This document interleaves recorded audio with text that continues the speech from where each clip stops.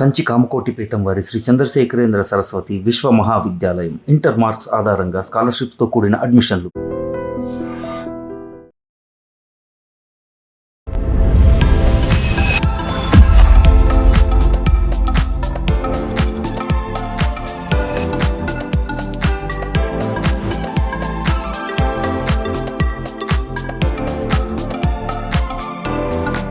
నమస్తే రమగారు. నమస్తే జయ. రమగారు, యూనివర్సిటీ అంతా 2 రోజుల నుంచి మొత్తం తిరిగేస్తున్నాము. ప్రతి డిపార్ట్మెంట్ ఏదో నాకు మనం చదువుకున్న రోజులు గుర్తొచ్చింది. మనం చదువుకునేటప్పుడు కూడా అన్ని డిపార్ట్మెంట్లు ఎవరు చూడరు, చూసుండరేమో. వాళ్ళే 1-2 ఫ్రెండ్స్ ఉంటే చూస్తాం అంతే. ల్యాబ్స్తో సహా అన్నీ చూసామండి. వీసీ గారితో మాట్లాడాము, వైస్ ఛాన్సలర్ గారితో, తర్వాత వైస్ ప్రెసిడెంట్ గారితో, అందరితో, లెక్చరర్స్తో, ప్రొఫెసర్స్తో, పిల్లలతో అందరితో మాట్లాడాము. చాలా చాలా బాగా అనిపించిందండి ఎక్స్పీరియన్స్. ఫస్ట్ వచ్చే ముందు రమగారు నేను కాస్త ఆలోచించాము. ముఖ్యంగా ఎండల కోసం భయపడ్డాం.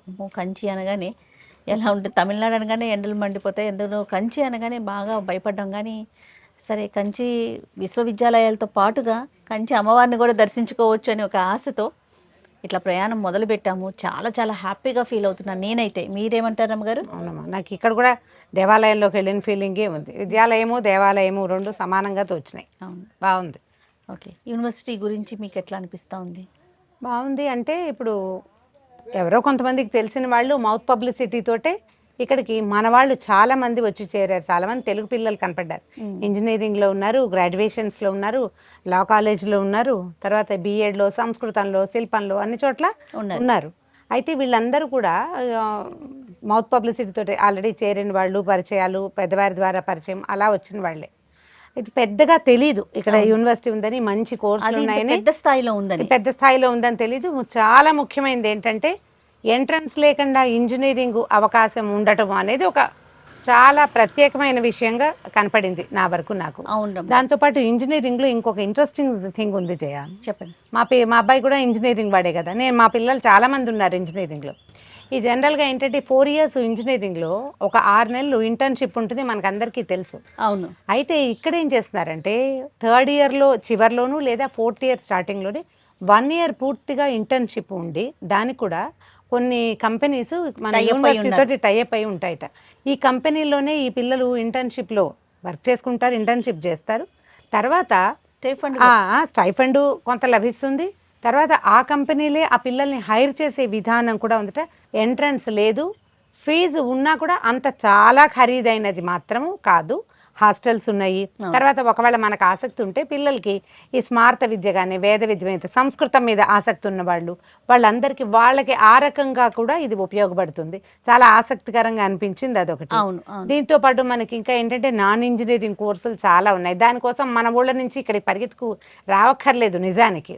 కానీ ఉన్నంతలో మన చుట్టూ దగ్గరలో ఇక్కడ ఈ అవకాశాన్ని తీసుకోవచ్చు. రమగారు, మన కల్చర్ కానీ మనకి యూపీకి, వెస్ట్ బెంగాల్ అట్లా వేరే వేరే ప్రదేశాలకు నార్త్ సైడ్ వెళ్తుంటే అది మన కల్చర్ కాదు, మన ఫుడ్ కాదు, మన వెదర్ కాదు. వెదర్ ప్రధానమైంది. 2 ఫుడ్ కూడా రమగారు. ఆహారంలో ఎన్ని నియమాలు, ఎన్ని తేడా, కల్చరల్ డిఫరెన్స్ చాలా కనిపిస్తుంది.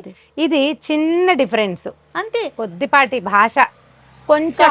రమగారు, కట్టుబొట్టులో ఎలాంటి డిఫరెన్స్ లేదు. భోజనంలోకి అసలు మిరియాలు, కొబ్బరి ఉంటాయి అంతే తప్ప ఇంకా అంతకంటే తేడా లేదు. రెండోది ఏంటంటే నాకు అబ్జర్వేషన్ ఇంకొకటి వద్దు చేయ, ఎప్పుడు కూడా కాలేజీలు డిస్ట్రాక్టివ్గా ఉంటాయి.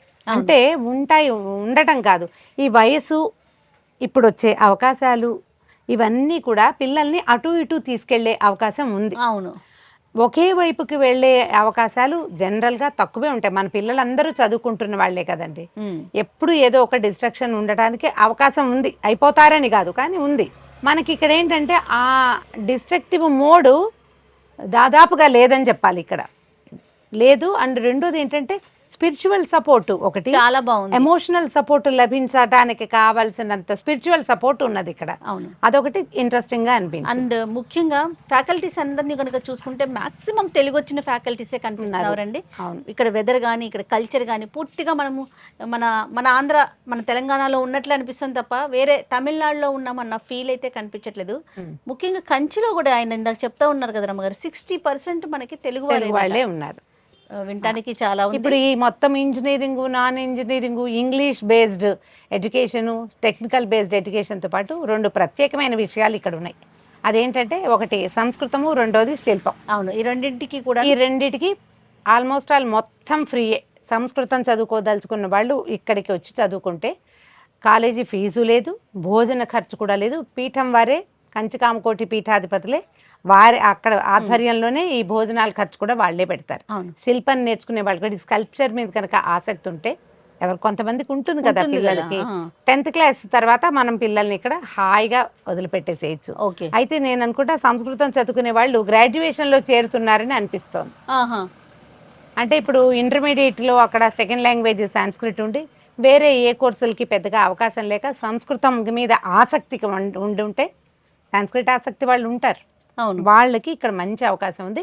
ఈ ఒకటి కూడా ఒక ప్రత్యేకంగా చెప్పాల్సిన విషయం ఏమోనని అనిపిస్తుంది. తప్పకుండా. వీటితో పాటుగా పదే పదే మేము సంస్కృతి సాంప్రదాయాలంటే అదేదో ఒక కల్ట్కి సంబంధించిందని మాత్రం దయచేసి భావించొద్దండి. అన్ని కులాలు, అన్ని మతాలకు సంబంధించి, అన్ని ప్రాంతాలు కూడా, కుల మతాలతో పాటు ప్రాంతాలు, రాష్ట్రాలకు సంబంధించిన పిల్లలు కూడా ఇక్కడ చాలా మంది ఉన్నారు. అంటే కనిపించారు. మనం ఒరిస్సా నేపాల్ వాళ్ళని నుంచి చూసాము, కనిపించారట. నేపాల్ వాళ్ళు ఉన్నారు, ఢిల్లీ వాళ్ళు ఉన్నారు, అస్సాం వాళ్ళు ఉన్నారు, అన్ని కమ్యూనిటీస్ వాళ్ళు కూడా ఉన్నారు. కాకపోతే మనకి యూనివర్సిటీ లోపల మెస్ మాత్రం వెజిటేరియన్ మెస్, చాలా బాగుంది. వెజిటేరియన్ ఫుడ్ చక్కగా ఉంది. ఇది ఒక్కటి వెజిటేరియన్ థింగ్.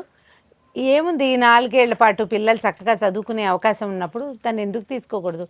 ఈ పోస్ట్ గ్రాడ్యుయేషన్ చేసుకోవచ్చు, అండర్ గ్రాడ్యుయేషన్ ఎట్లాగో చేసుకుంటారు, గ్రాడ్యుయేషన్ చేసుకోవచ్చు, పోస్ట్ గ్రాడ్యుయేషన్కి అవకాశం ఉంది, పిహెచ్డికి కూడా ఇక్కడ అవకాశం ఉంది. తర్వాత మెరిట్ స్కాలర్షిప్స్ ఉన్నాయి, మార్కుల మీదే చదువు. అవును, బాగుంది కదా. ఫ్యాకల్టీస్ అంతా కూడా మినిమం మాక్సిమం డాక్టరేట్ చేసిన ఫ్యాకల్టీ వాళ్ళే ఉన్నారు. లైబ్రరీ అయితే అదొక పెద్ద బిల్డింగ్ ఉంది, చాలా చాలా చాలా బాగుంది.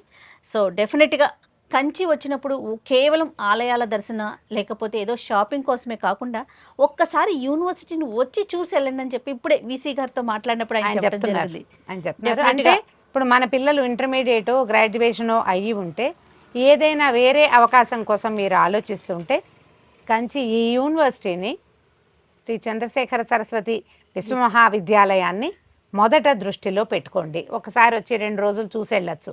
ఆన్లైన్ ఎలాగో అడ్మిషన్స్ ఓపెన్ అవుతాయి, ఆన్లైన్ ఒకసారి చూస్తే మనకు అన్ని విషయాలు ప్రాస్పెక్టస్ వివరంగా కనపడుతుంది, ఫీజు స్ట్రక్చర్ కూడా తెలిసిపోతుంది, అదంతా తెలుస్తుంది.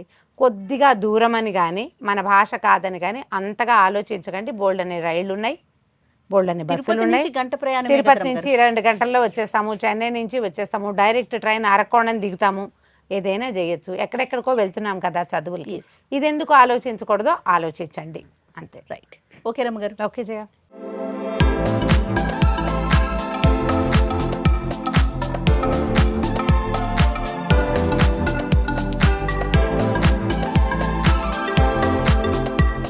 మీ పేరు? ఆదిత్యరామ్ అండి. ఓకే, మీరేం కోర్స్ చేస్తున్నారు? ఫస్ట్ బీఎస్సీ సైబర్ సెక్యూరిటీ చేస్తాం. ఓకే, సైబర్ సెక్యూరిటీ అంటే ఇక్కడ వేదము ఉంది, అలానే సబ్జెక్ట్స్ కూడా ఉన్నాయి కాబట్టి ఇక్కడ జాయిన్ అవటం జరిగిందా? ఓకే, సైడ్ బై సైడ్ చదువు నేర్చుకోవచ్చు, అలా వేదం నేర్చుకోవచ్చు అని చెప్పి ఫ్యూచర్లో వేదం బాగా యూస్ అవుతుందని చెప్పారు, అలా పూజలకి. అలాగని ఈ చదువు మనకి ప్లేస్మెంట్ మంచిగా వస్తాయని చెప్పి కాలేజ్. ఓకే, ఫ్యాకల్టీస్ అంతా ఎట్లా ఉంటారు మా? బాగుంటారండి, మీకు ఫ్రెండ్లీగా ఉండి బాగా చెప్పడం అంతా జరుగుతుంది. బేసిక్గా తెలుగు వారా మీరు? అవునండి, ఓకే, తమిళ వచ్చు మనకి. తమిళ్ కూడా వచ్చు. చెన్నై నుంచే వచ్చాడంట తను. సో సైబర్ ఇది నేర్చుకుంటున్నాడు, కోర్స్ అనేది. ఓకే, ఇంకా చాలా చాలా కోర్సెస్ కూడా ఉన్నట్లున్నాయి కదా. ఇవి కాకుండా హాస్టల్ ఎలాంటి, అంటే ఇక్కడ యూనివర్సిటీ ఎలాంటి ఫెసిలిటీస్ ఉన్నాయి మీకు ప్రత్యేకించి స్టూడెంట్స్కి వేదంది కాకుండా?